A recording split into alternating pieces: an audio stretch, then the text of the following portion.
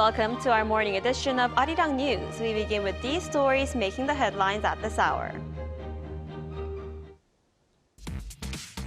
The United States hinted at a possible extension of the pause on reciprocal tariffs, which is set to expire early next month. This comes as South Korea and other countries continue to hold trade talks, seeking to be exempted from tariffs. After NATO leaders agreed to boost their military spending, the White House says Asian allies can also raise their defense spending if European allies can do it, increasing concerns in South Korea, as Washington is expected to press Seoul to follow suit. After appointing 11 key cabinet ministers earlier this week, President Lee Jae-myung has also tapped the country's new chief of the Constitutional Court and the commissioner of the National Tax Service. The White House says the Trump administration may extend its July deadline for reciprocal tariffs. However, the U.S. Commerce Department has established a process to add more imported auto parts to the list of those subject to 25% tariffs, a move that could affect South Korea's automobile parts industry. Our Lee Seung-jae starts us off. Washington could extend its pause on reciprocal tariffs, which is set to expire next month. According to White House spokesperson Caroline Leavitt on Thursday, the pause could be extended, but added that it's a decision for the president to make. The comments come as the temporary suspension of reciprocal tariffs, including 25% duties on South Korea, is set to expire on July 8th. In April, U.S. President Donald Trump announced the reciprocal tariffs to match those of other countries on U.S. goods. While the tariffs took effect on April 9th, Trump pressed the brakes on his plans for 90 days to allow for negotiations. Earlier this month, the U.S. president expressed his openness to extend the pause, but said that an extension might not be necessary.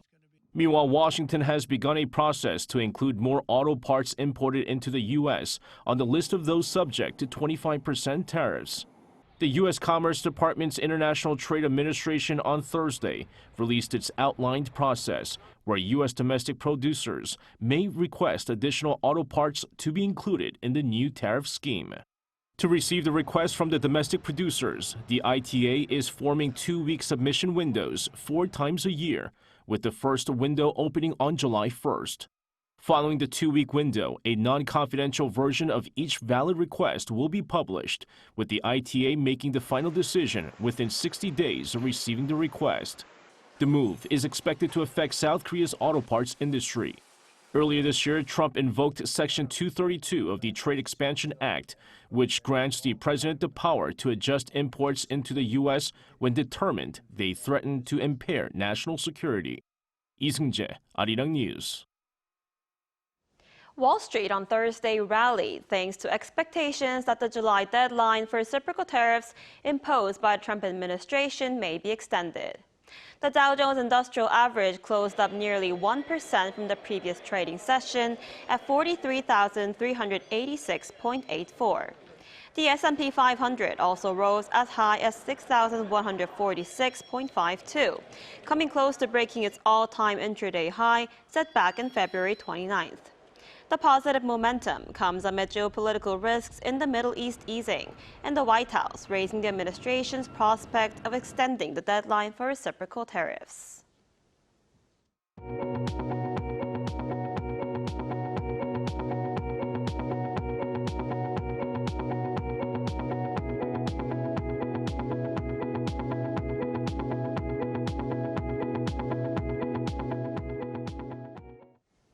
After NATO members agreed to boost their defense expenditures, South Korea seems to be gearing up for similar discussions with the United States, which in recent weeks has been pushing allies to spend more on their own defense.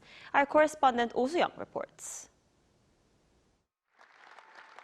U.S. President Donald Trump seems set to call on Asian allies to increase their defense budgets after European countries bow to his demand to hike their spending targets to 5% of gross domestic product. In a briefing on Thursday, White House spokesperson Caroline Leavitt said if America's European allies in NATO can do it, then, quote, allies and friends in the Indo-Pacific region can do it too. Leavitt added that specific matters would be addressed by President Trump. The previous day, the North Atlantic Treaty Organization, during its annual summit in the Netherlands, adopted a joint statement with all 32 member countries agreeing to raise their respective defense expenditures to a total of 5% of GDP by 2035. Representing South Korea, National Security Advisor Wi Sung-lak attended the summit, after which he told the Korean media that NATO's defense increase reflects a broader trend and that similar demands are being made of Seoul. We said such demands are being discussed by working-level officials, but clarified they haven't yet established how the agenda would proceed. South Korea will have to decide how to respond, he said. US officials have recently been pushing for alliance modernization, which entails its security partners spending more on their defense, paying for the deployment of US strategic assets, and reassessing the role of American forces stationed abroad. US Acting Ambassador to Seoul Joseph Yoon said on Wednesday that the two allies should address new areas concerning costs that are not covered in their bilateral defense cost-sharing agreement reached last year. Seoul appears to be maintaining caution amid sensitive discussions. The Foreign Ministry on Thursday released an official statement saying it will continue working closely with Washington to develop the alliance into a future-oriented, comprehensive strategic alliance that can respond to a changing security dynamic. A senior official told reporters that the two governments are engaging frequently at various levels. However, when asked whether the talks include defense spending or the cost of deploying strategic assets, the official said it is, quote, difficult to share and declined to comment on what a future-oriented alliance entails. Oh Soo-young, Arirang News. And South Korea's intelligence agency says North Korea may send more troops to Russia as early as next month. In a closed-door briefing to the National Assembly, the National Intelligence Service reportedly said the North has already been recruiting to send a second batch of troops to Russia.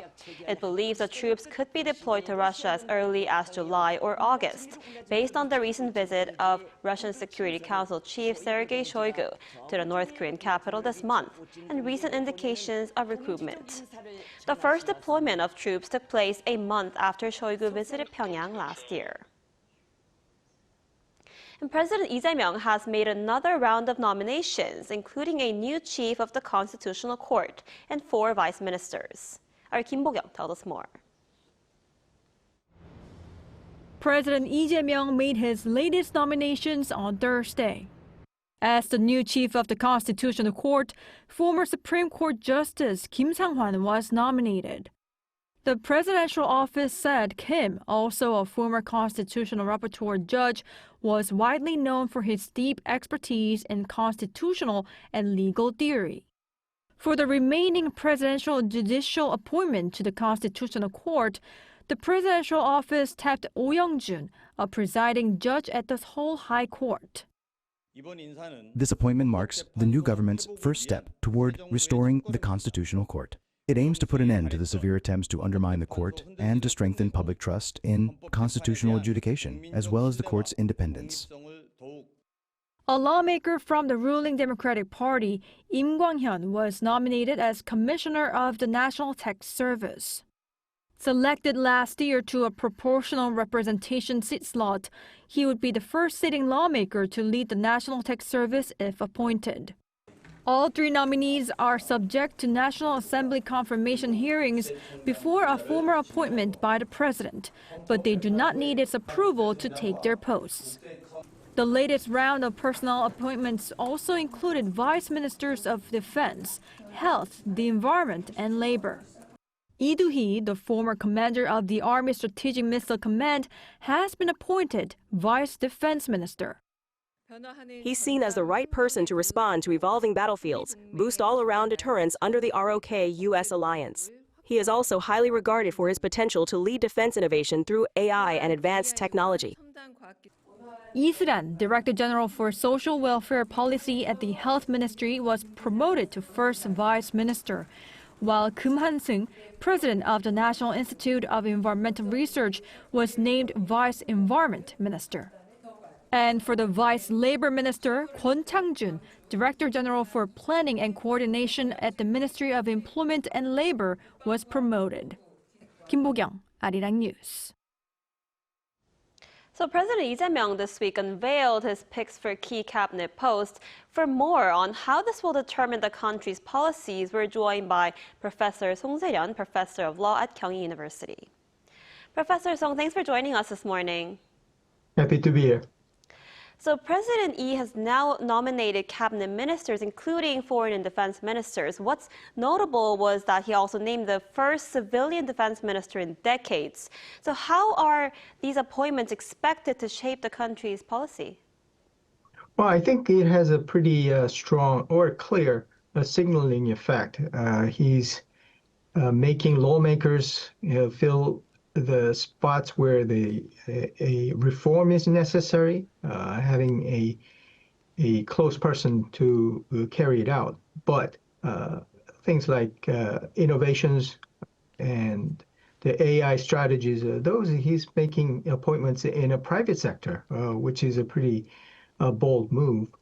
And I think that there is a pretty big signal in the foreign affairs issue. Is putting an expert on it, and there's a signal that the North Korea relation will be more nuanced and maybe more friendly. So taken together, he's not putting all the lawmakers into the post, but in places where a reform is necessary, where new blood is necessary, where more stability is necessary, I think is making a pretty apparent. Right, and we saw President Lee appoint the constitutional chief and the commissioner of the National Tax Service yesterday, but we are still waiting for the president to appoint several other key posts, including the justice minister and the finance minister. So why is this taking so long, and when can we expect them to be named? I think the vetting process is taking a long time. I mean, we can see that the prime minister selection is going through pretty rough patches. I think that there is a consideration that the vetting process for the key posts has to be very exacting and should avoid any kind of scandals going on. So I think that there is that vetting process kind of pause in it. But I think it shouldn't take that long. I mean, this government came in without the transition period. So to get the ball rolling, he needs a key person in the place. So I don't think it'll take that long, but it's understandable. The vetting process is taking a little bit longer time than other posts.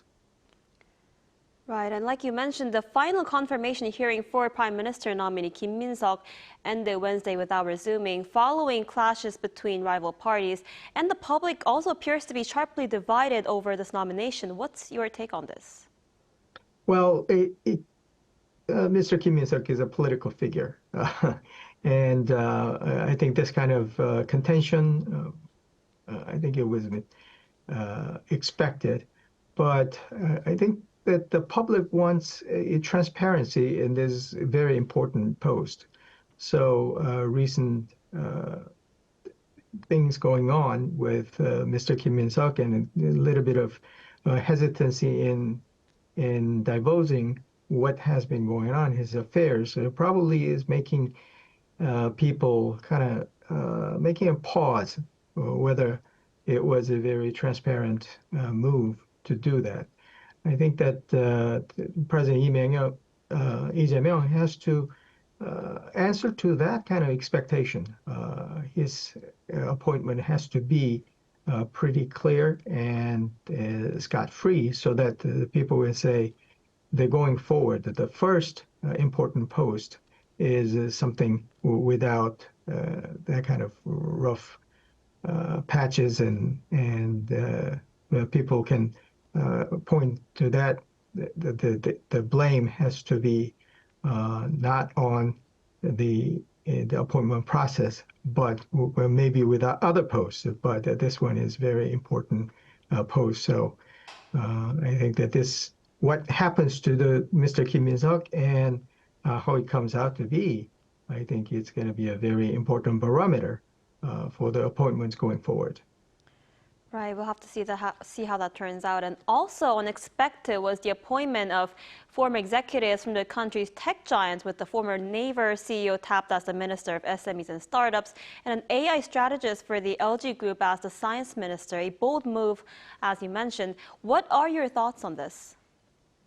I think it's also a very strong signal. Private sector in there, and would have been a very bad sight if you see lawmakers or long-time bureaucrats taking a post in this very innovation-needed post. So I think it's a fresh and good move, but of course there's a caution that Naver or one of the conglomerate personnel coming in there, maybe that might cause some imbalance in the private sector, and maybe people will remember the past selections from the private sector struggling within the government and the bureaucratic environment. But you got to try making some key innovations, and whether it is a surprise or not, I think that this kind of experiment, if it is pretty necessary. I mean, in the ministries, in Korean ministers, it don't last that long, and the average term is about 1 year. So maybe if this experiment doesn't pan out, maybe there will be a new person coming in. But I think that it is a worthy experiment. All right, and as for the special probe into former President Yoon Suk-yeol, will we be able to see him appear in court tomorrow, and is the investigation picking up speed? I think this is a very important season for former President Yoon Suk-yeol, and we've seen his willingness to defend himself in the courtroom and making arguments himself. So I wouldn't be surprised if I see him in a courtroom making, again, passionately what he believed in. But since the big decision has been already made in the Constitutional Court, whether it will be effective or not is something that people would say he's got to pay his due. I think that's the kind of a moray of the Korean sentiments. But we are not looking at the Constitutional Court where they're setting a timeline or the deadline because of the election schedules. I think that the pace probably may not be that fast, but I think the court is looking at a proceeding where all the dots are covered, and maybe they'll be more deliberate about their processes. Right, we'll have to see how that plays out. All right, Professor Song, thank you so much for your insight today. We appreciate it. My pleasure. Thank you. Koreans' love for squid is evident in that, one, there's a game named after it, and two, there are loads of different dishes made with squid. Stir-fried, steamed, and even served raw. It's one of Korea's most sought-after seafoods. But for the past few years, it's been hard to get a hold of. This year, there's been full tanks on a daily basis. Our Kim Do-yeon went to see the freshest catch.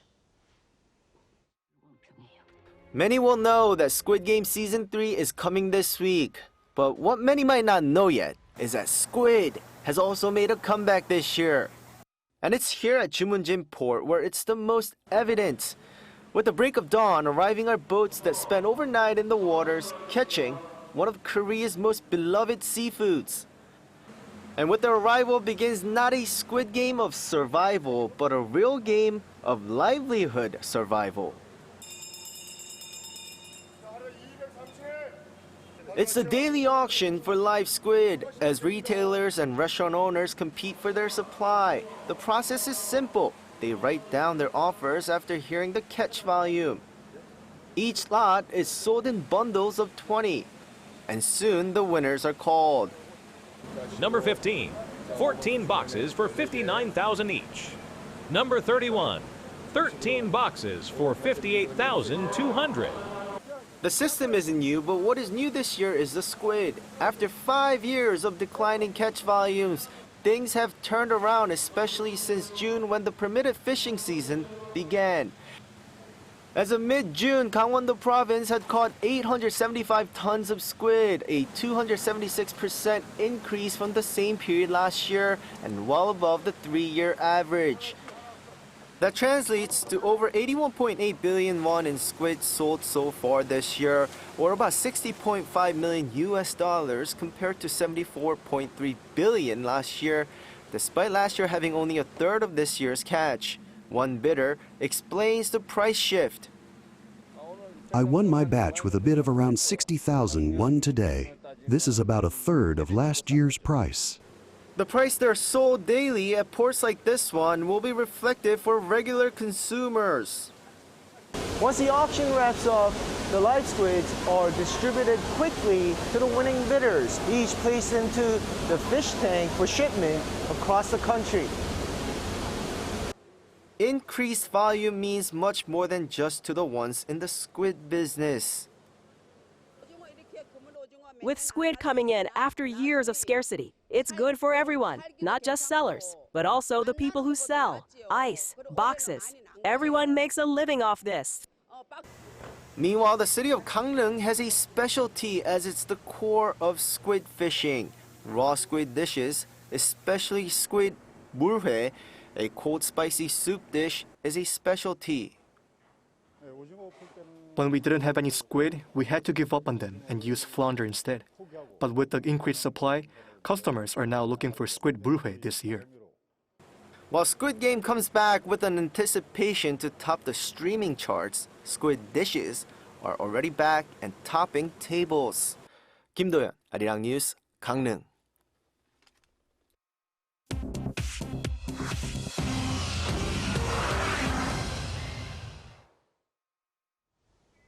Good morning, I'm Choi Ji-hee, and this is The World Now. The U.S. White House has announced that it hasn't seen any indication that nuclear material was removed from the sites it targeted in Iran. On Thursday local time, White House Press Secretary Caroline Leavitt stated that U.S. intelligence had monitored the sites in Fordo, Natanz, and Isfahan before Saturday's strikes and found no indication that any enriched uranium had been moved before the attacks. Defense Secretary Pete Hegseth echoed those assurances at a Pentagon briefing, saying he was not aware of any intelligence to suggest nuclear material was relocated. President Trump also took to Truth Social on Thursday morning, reaffirming that nothing was taken out of the facility. This stance confronts claims from satellite imagery and some experts suggesting heavy truck activity near the Fordo entrance, possibly indicating a removal of uranium ahead of the attacks. A senior Iranian official told Reuters that a significant portion of Iran's 60% enriched uranium may have been relocated to undisclosed sites in advance. The UN Secretary General Antonio Guterres on Thursday warned that the UN's founding document is under unprecedented assault and its principles are not optional.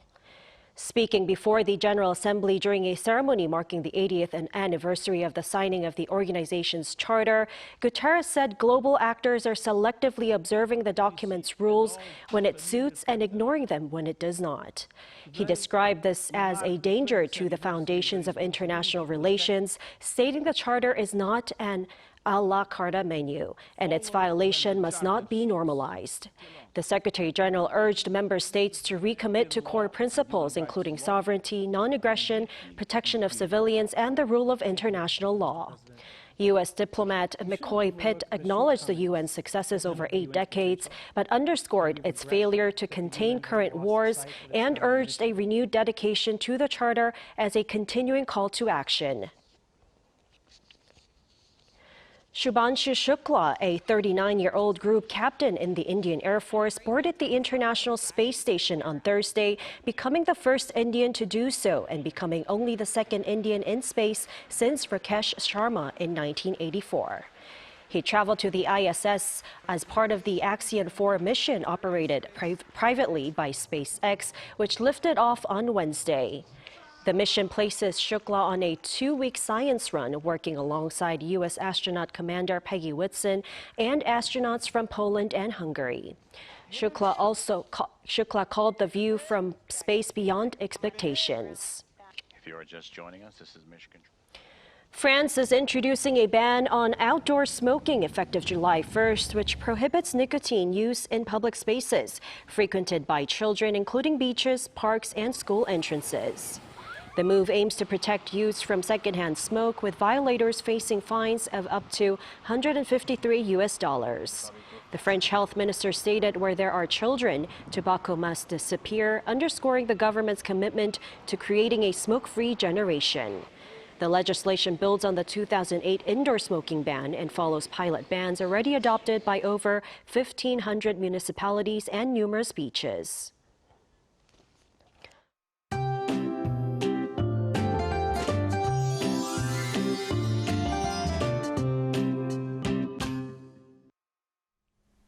Get ready for a warm and muggy day. Meanwhile, many areas in the southern regions will see much hotter daytime highs.